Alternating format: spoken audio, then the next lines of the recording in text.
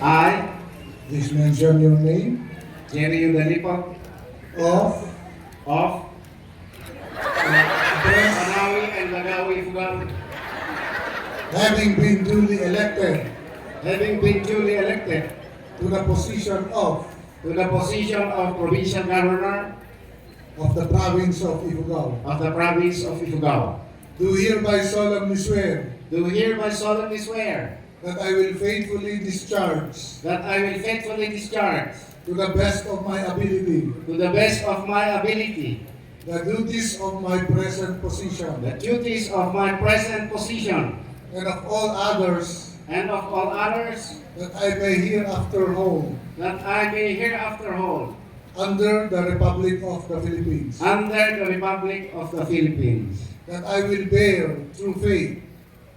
that I bear true faith bear true faith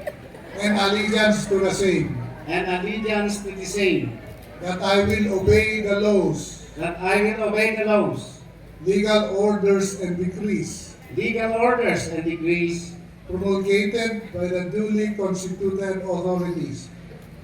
promulgated by the duly constituted authorities of the Republic of the Philippines, of the Republic of the Philippines, and that I impose this obligation